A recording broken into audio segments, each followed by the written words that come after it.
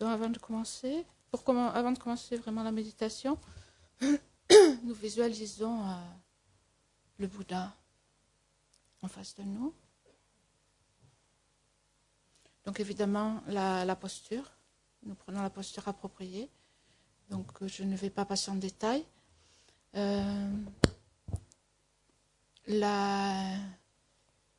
L'aspect le plus important en fait de cette posture, c'est d'essayer de se tenir avec le dos bien droit, mais bon, sans trop de tension, en fait, relâché, de façon relâchée mais ferme. En fait, pendant la méditation, l'aspect le plus important de la méditation, aussi bien au niveau corporel qu'au niveau mental, c'est d'être détendu, mais en même temps d'avoir une certaine fermeté. Donc à la fois dans le corps et dans l'esprit. Et donc, ayant vérifié la posture, nous visualisons le Bouddha Shakyamuni dans l'espace en face de nous. Donc si vous connaissez la visualisation détaillée du champ de mérite de refuge, vous pouvez la visualiser. Vous pouvez l'amener à votre esprit. Sinon, juste vous rappelez le Bouddha. Essayez de visualiser le Bouddha qui est indissociable de votre maître.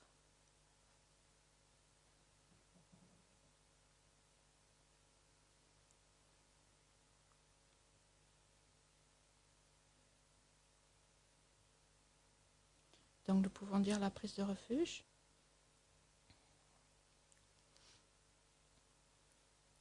Si vous ne l'avez pas sous les yeux, c'est à la page 34, mais si vous n'avez pas sous les yeux, vous écoutez, vous y pensez, vous répétez mentalement. En le Bouddha, le Dharma et la Sangha, jusqu'à l'éveil, je prends refuge, grâce aux mérites accumulés par ma pratique de la générosité et autres perfections, puissais-je atteindre la bouddhéité pour le bien de tous les êtres.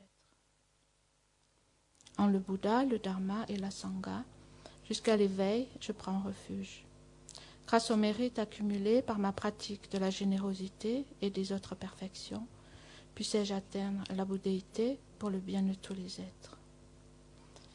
En le Bouddha, le Dharma et la Sangha, jusqu'à l'éveil, je prends refuge. Grâce aux mérites accumulés par ma pratique de la générosité et des autres perfections, puissais-je atteindre la bouddhéité pour le bien de tous les êtres.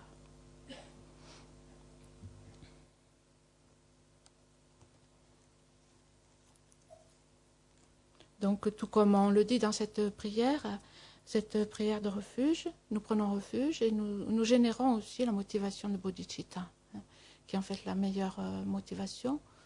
Donc, lorsqu'on est un pratiquant du Mahayana, en fait, tout devrait être fait, toutes nos actions devraient être faites en fait pour le bien de tous les êtres. On devrait s'engager dans toute action pour le bien de tous les êtres.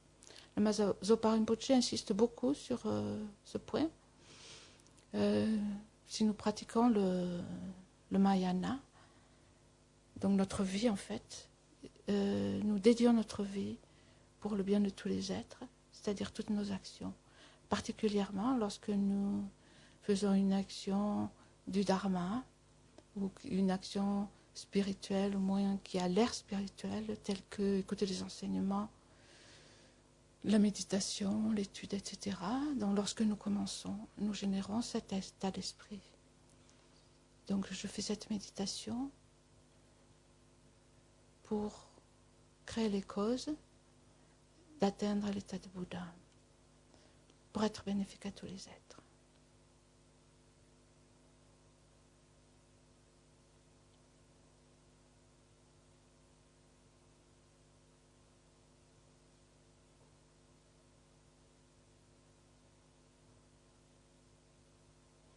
Donc je vous propose, avant de faire une méditation plus analytique, le plus souvent c'est ce que nous faisons, les méditations analytiques, c'est-à-dire nous réfléchissons sur un sujet, de faire une méditation de placement, un peu de shiné,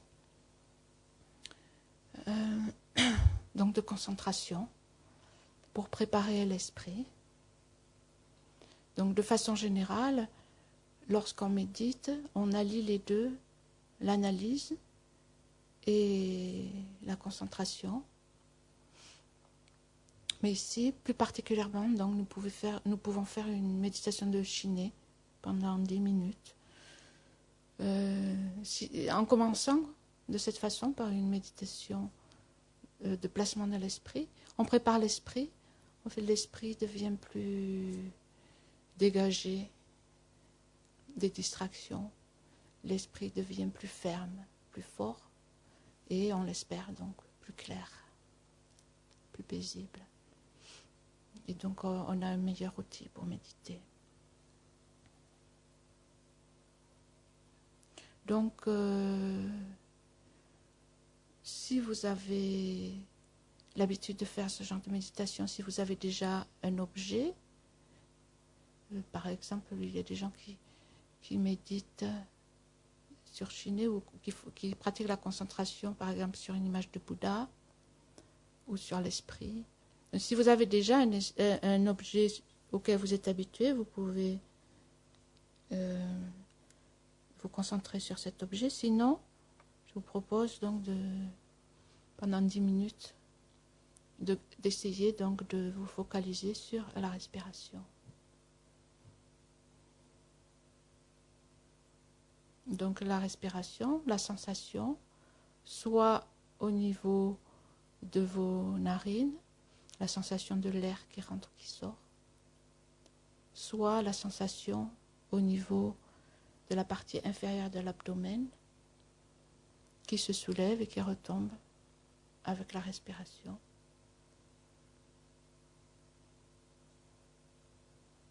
Donc au départ, il est important d'identifier cet objet sur lequel vous allez essayer de garder l'esprit. Placez votre attention. Donc pendant 10 minutes, identifiez la sensation ou autre objet qui est en fait l'objet de votre méditation, sur lequel vous placez l'attention. Donc une attention soutenue, mais pas crispée. Donc comme je le disais tout à l'heure, il est important de garder l'esprit assez détendu, ferme mais détendu.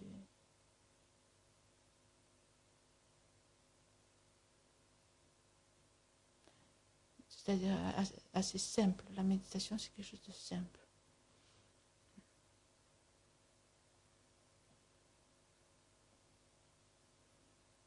Et aussi, donc, lorsque nous commençons, c'est bien de placer une intention, de formuler pour soi-même une intention forte.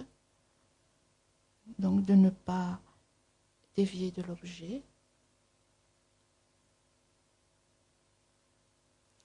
Et l'intention, donc, donc de ne pas bouger de l'objet, de garder votre attention sur l'objet. Et si vous vous rendez compte que des pensées se sont introduites, que votre esprit commence à être distrait, tout de suite vous le ramenez sur l'objet.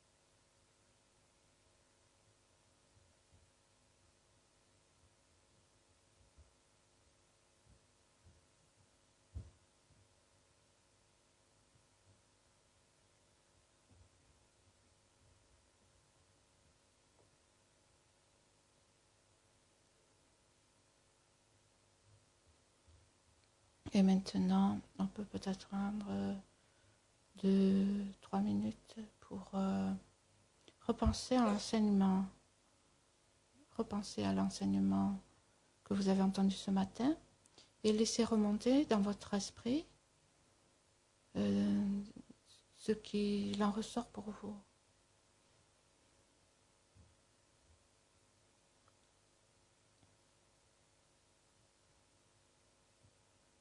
Un peu, remettez-vous en mémoire un peu ce que vous avez entendu, de quoi vous vous souvenez, quelle est l'essence un peu de ce que vous avez entendu, ce que vous avez entendu. Donc on peut prendre 2-3 minutes, chacun pour soi, juste pour vous-même en fait. Essayez de récapituler un peu ce que l'impression de l'enseignement de ce matin.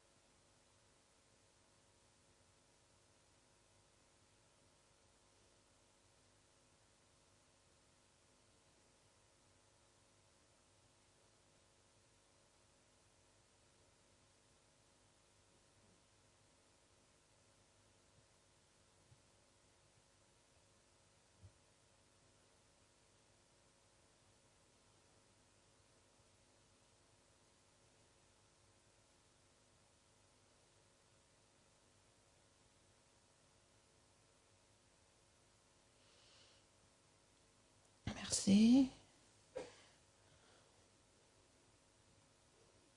Avant de continuer, si vous voulez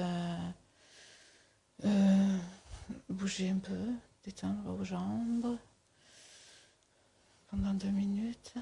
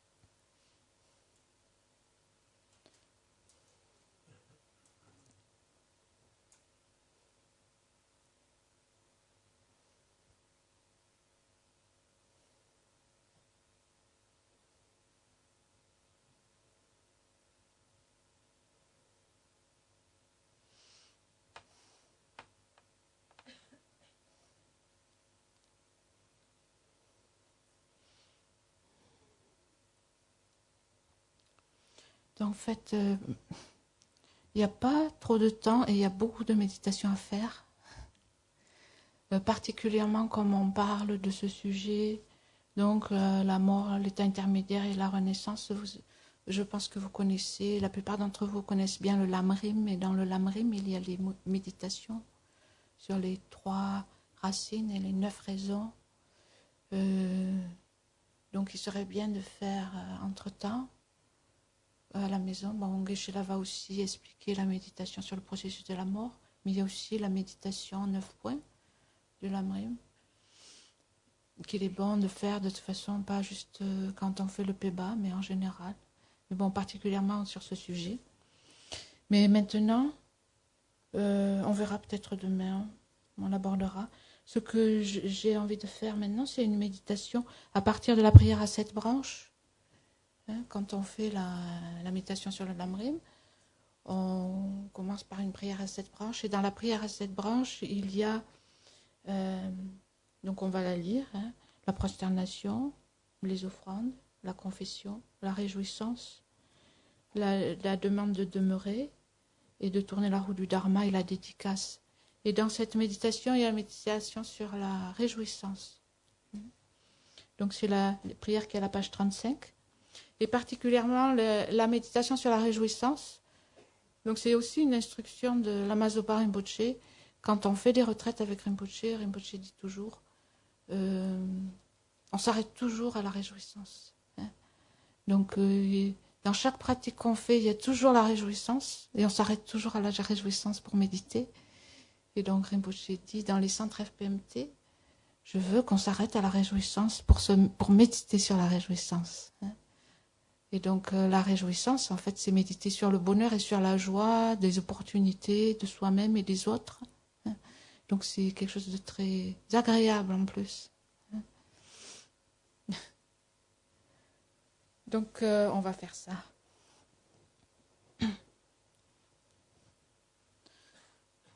Donc en se rappelant la présence du Bouddha en face de nous, dont nous offrons la prière à cette branche. Donc en même temps, nous pensons au sens et nous visualisons donc chaque branche. Donc avec respect, je me prosterne par le corps, la parole et l'esprit. Donc la prosternation, elle peut se faire physiquement, mais c'est aussi la faire par visualisation, c'est aussi une prosternation en fait. Donc on peut visualiser qu'on se prosterne 3 fois.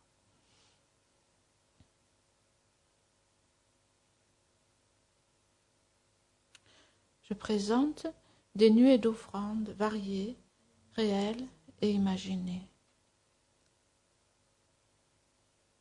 Donc quand on fait cette offrande, on visualise aussi les offrandes, celles qui sont sur l'autel, celles qui sont partout ici, et de nombreuses offrandes visualisées.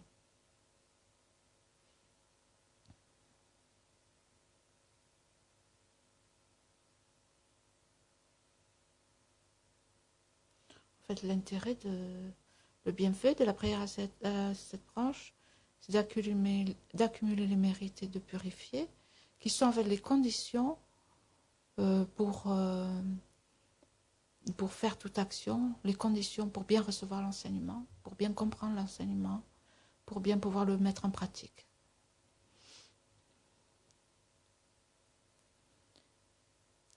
Ensuite, la confession. Je confesse toutes mes actions négatives accumulées depuis des temps sans commencement.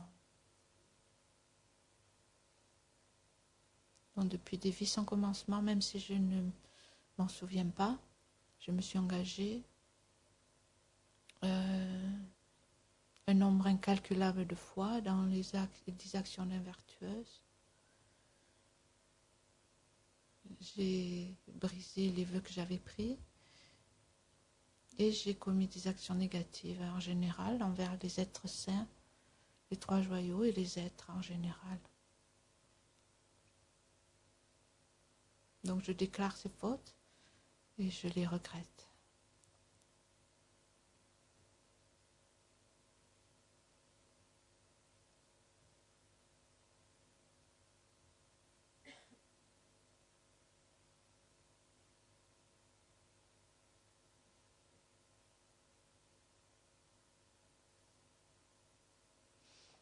Et la réjouissance, je me réjouis des mérites de tous les êtres saints et ordinaires.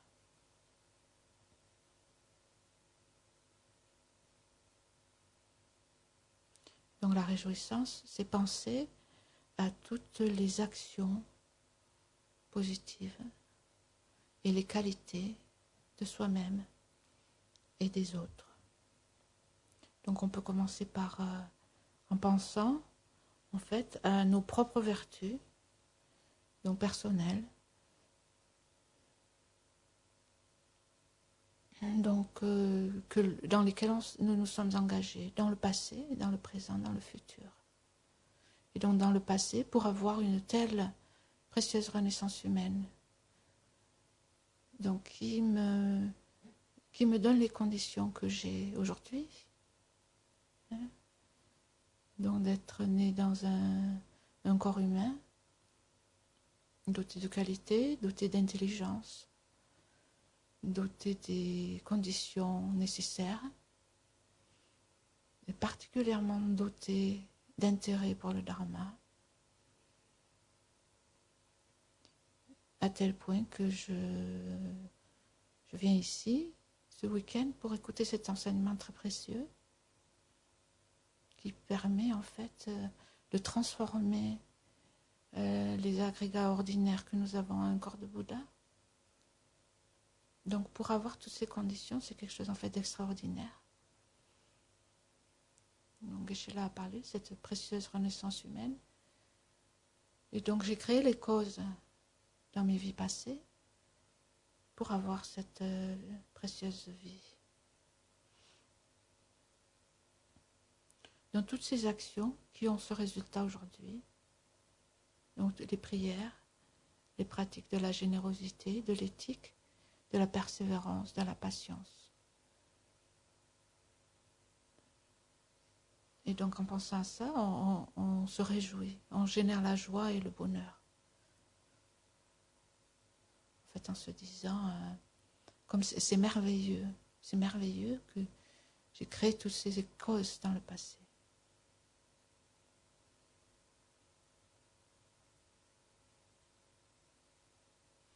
Donc même si nous ne voyons pas ces actions, nous voyons le résultat, donc c'est la preuve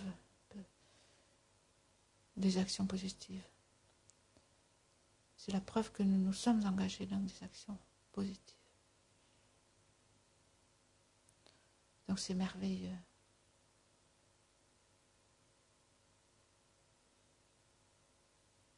Et aujourd'hui aussi, dans le présent, toutes les actions positives que je fais, donc les prières sincères, les pratiques, la façon dont j'essaie d'aider autrui,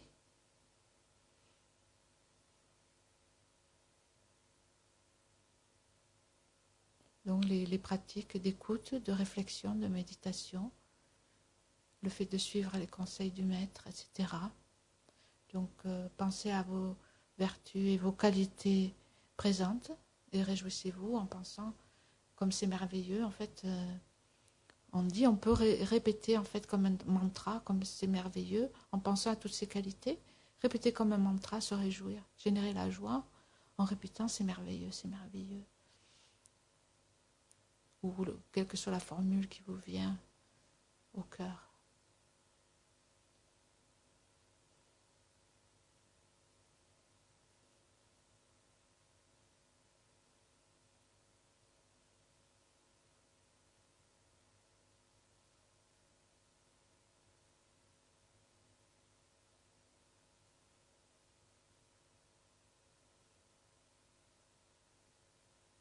Donc on peut penser la situation présente est quelque part extraordinaire, tellement elle est positive.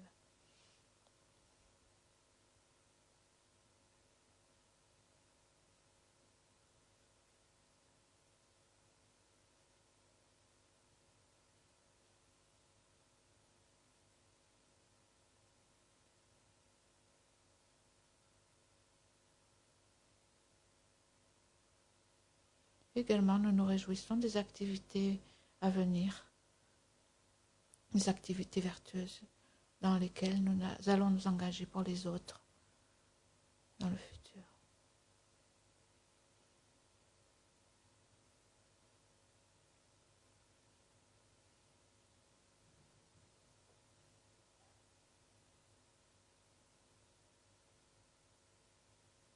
Donc toutes les réalisations que nous allons développer dans cette vie, dans les vies futures.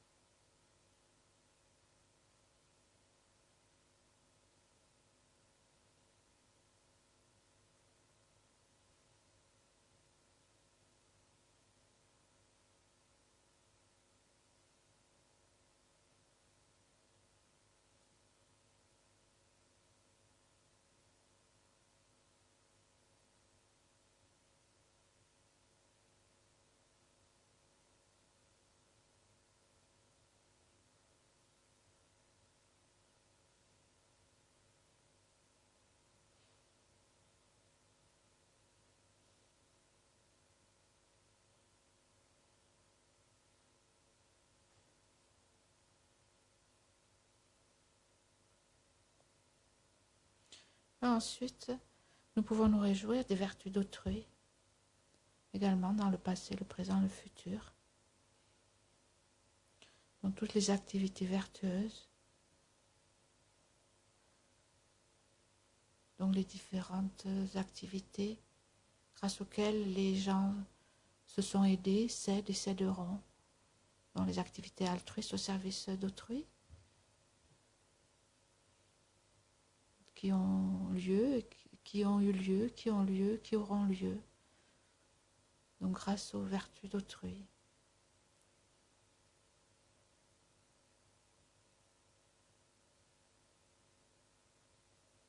Donc que ce soit les activités dans le cadre d'une pratique religieuse ou pas, tout le bien qui est fait en fait, qui a été fait, qui est fait, qui sera fait.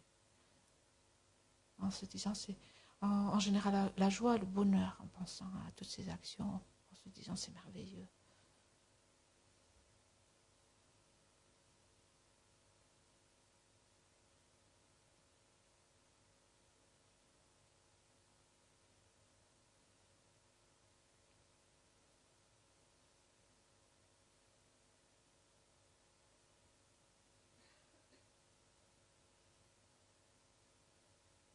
Donc, et particulièrement les vertus de nos compagnons sur la voie. Donc tous les efforts fournis par les autres au service du Dharma, au service des êtres.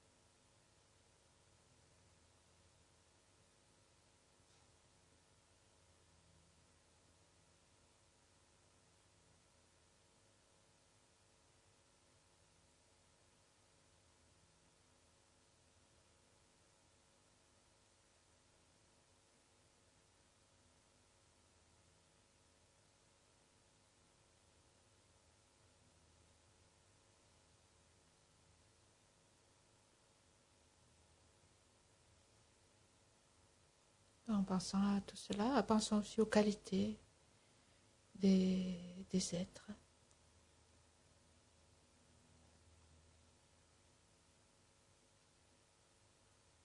En pensant à leur générosité, à leur intelligence, à leur dévotion, et aussi tout ce qu'ils possèdent au niveau mondain, donc la richesse, la beauté, la renommée, dans toutes les qualités positives que les êtres ont. Donc nous, en y pensant, nous nous réjouissons, nous pensons comme c'est merveilleux, comme c'est merveilleux.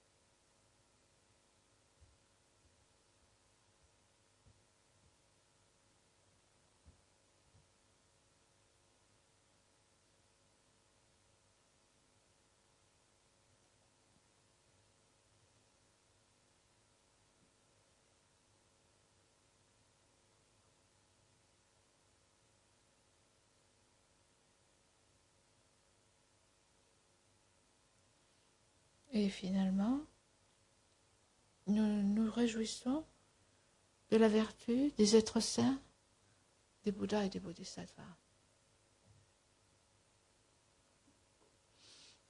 Donc dans les trois temps, dans le passé, dans le présent, dans le futur.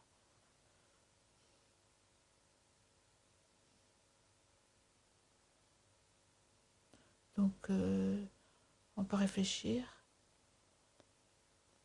donc, aux qualités, on peut réfléchir aussi à la biographie des êtres saints dont on a entendu parler,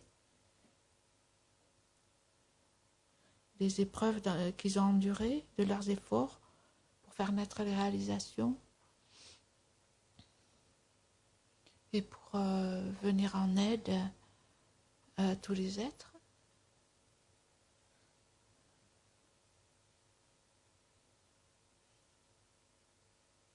Donc vous pouvez vous-même passer en revue ces points en prenant des exemples qui vous parlent.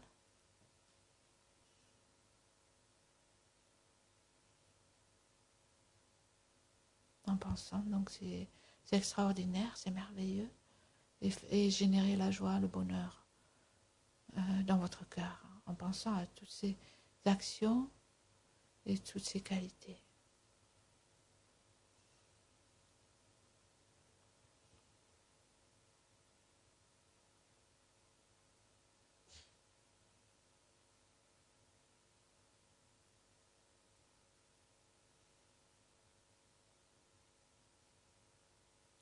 Donc, en pensant par exemple au Bouddha Shakyamuni, qui a pratiqué pendant, on dit, 3 grands éons avant d'atteindre l'état de Bouddha.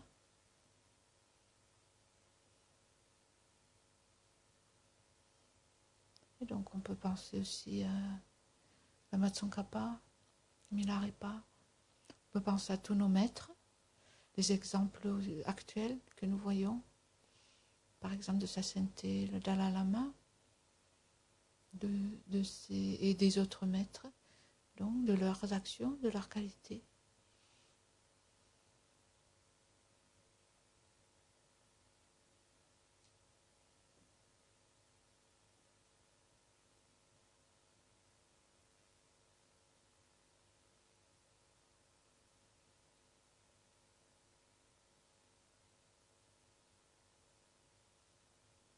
Donc de voir comment, grâce à leurs efforts, à leurs pratiques, ils ont développé les qualités. Et les qualités dont nous pouvons être témoins. Et donc se réjouir, c'est aussi créer la cause pour nous-mêmes développer ces mêmes qualités.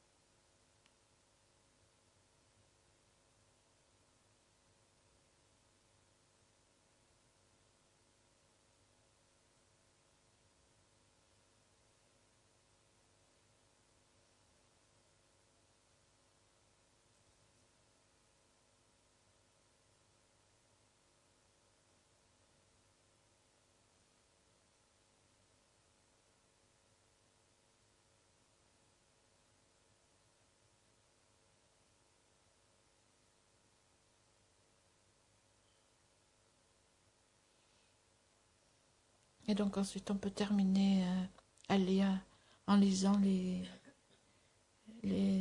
autres branches de la prière, cette branche. Demeurez, je vous prie, jusqu'à la fin du samsara.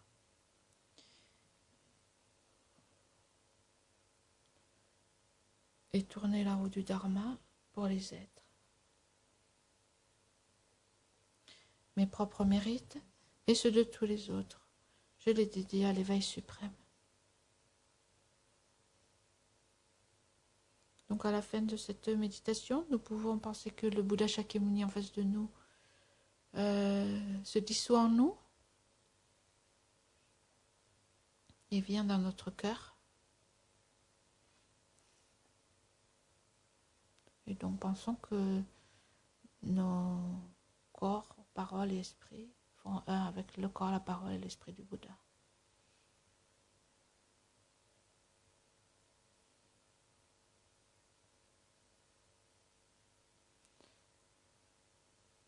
Et donc quand nous mangeons aussi pendant le repas, en fait c'est bien aussi de relier cette action à notre pratique en bénissant et offrant la nourriture au début.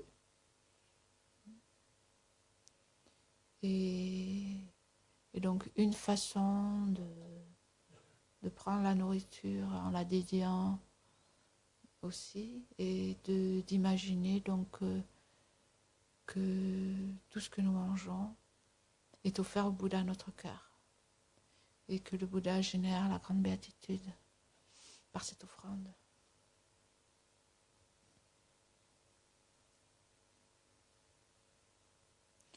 Donc nous avons déjà fait la dédicace, mais juste pour terminer, nous pouvons donc dédier tous les mérites de cette session en pensant, donc grâce à ces mérites, grâce à ces mérites, puissais-je donc comprendre les enseignements et réaliser tout ce qui est enseigné, tout ce que j'entends, pour pouvoir aider tous les êtres à se libérer de toutes les souffrances et à atteindre le bonheur stable de l'éveil.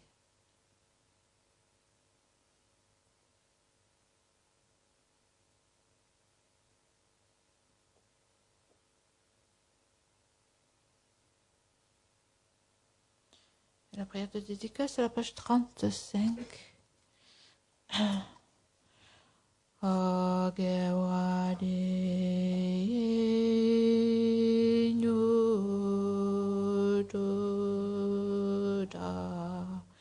Lama Sangye Doyone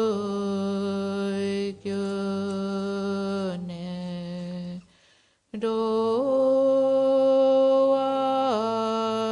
Chikya Malupa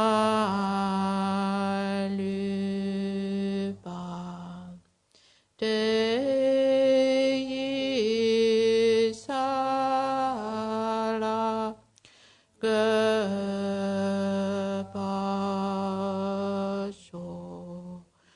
Ajan Shosen Shorimboche Maike Pananke Gyuche Kepanyamba Me Payang Gong Ne Gondu Bewasho.